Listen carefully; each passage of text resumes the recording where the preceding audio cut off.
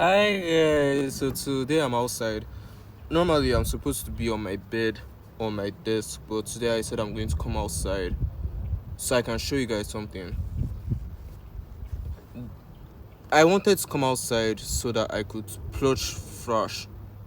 Wait, scratch that. I wanted to come outside so that I could touch grass. Because you need to touch grass to maintain your mental health every once in a while. You need to touch grass sometimes.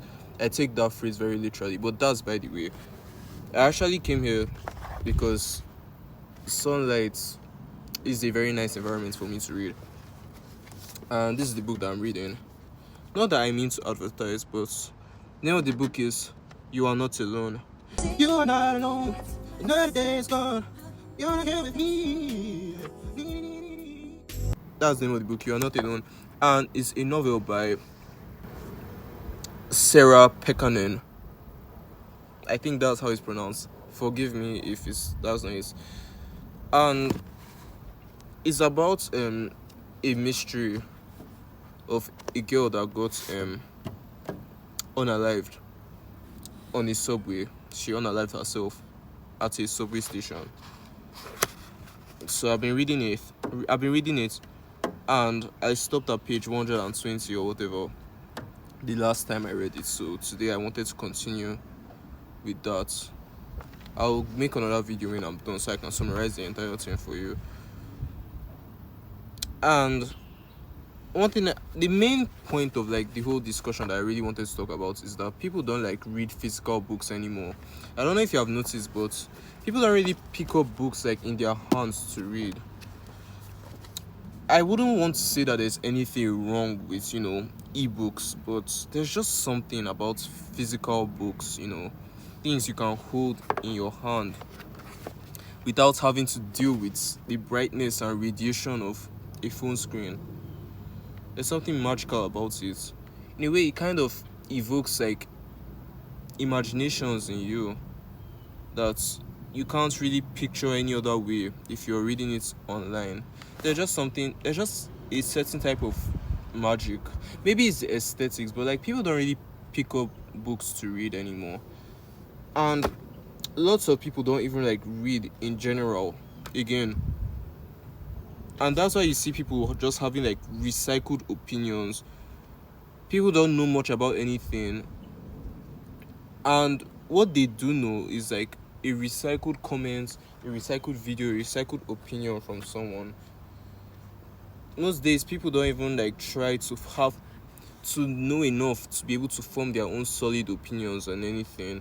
And that's really like scary, because a society where no one like cares about their like intellectual like well-being, that's like a kind of society that you can easily manipulate.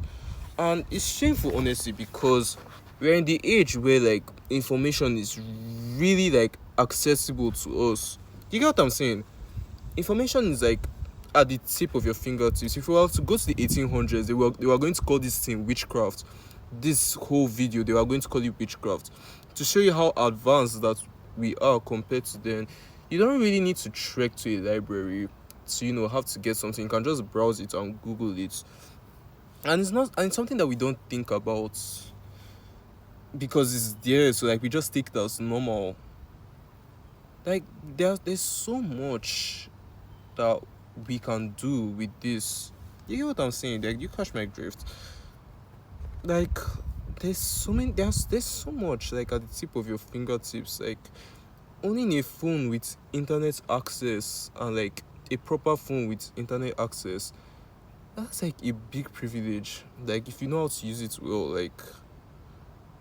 Like anyways, I just said let me come and read.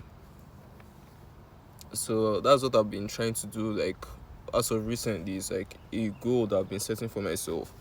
And I wouldn't say the best at it, but I'm just trying. Some days I do get tired. I don't think I can read like 300 pages in one day. I'll get there soon. But for now I don't think I can.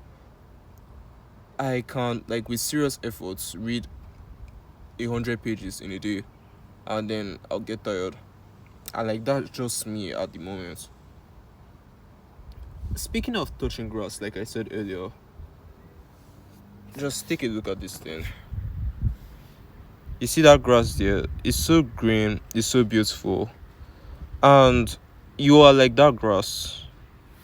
Now, let me explain why you are like that grass. Just like the grass in the video, you're beautiful. You also have an innate purpose. You were born with a purpose to fulfill on this earth, just like the grass. And that purpose is something that is meant to be for the benefit of the world, the society, like in general. Like in one way or the other, you were born with a purpose that is beneficial. I don't think anybody was born to be a serial unaliver, or like those bad type of things. How many times have I said? Anyways, we were all born with a purpose that is meant to be beneficial and uplifting. And the most important thing is that, just like that grass, we are going to be luscious and green one day, just like my beautiful shirt. And then the next day, we are going to be withered and dry. And the day after that, we are not going to exist anymore. So in other words, our life is like a blur. It's like a mist. And it runs by faster than we can even think of it. One day we won't be here. In what way is the grass doing better than us? The grass is actually living out its purpose. We aren't really doing that. So if you're seeing this, I would encourage you to find your purpose in whatever you're drawn to. In whatever you're drawn to. I won't say more than that, but that's just the first step. And also develop a curiosity for knowledge. I don't want to blame society for the way we treat intellectualism these days. It's really not meant to be a nerdy something. It's because of the stereotypes, the labels that we place on these things. In those days, everybody had a curiosity to gain knowledge, Knowing something isn't a bad thing, and that's exactly how it was seen. There was no time where you place a level of class in someone that knows something and you don't. I'm speaking a whole lot of gibberish, but I don't plan my videos, I just press record. But now these days, school is meant to be a place where you develop an aptitude and a hunger to learn things. But now it's just a place where your entire worth is determined on how well, on what numbers you score. Now they judge people's entire worth on numbers.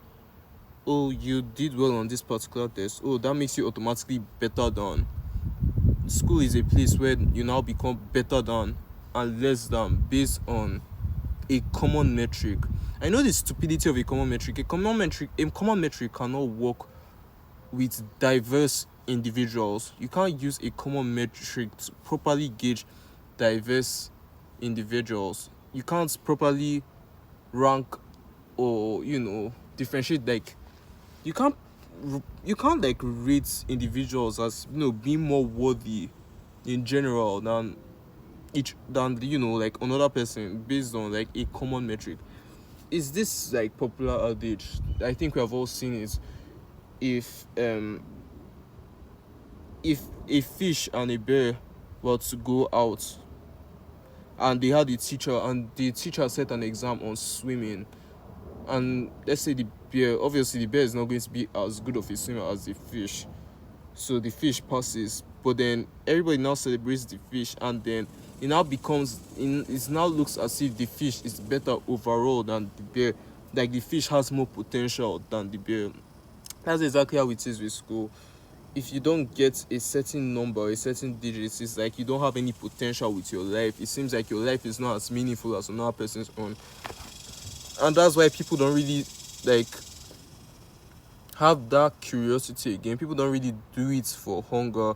They just do it to satisfy an expectation.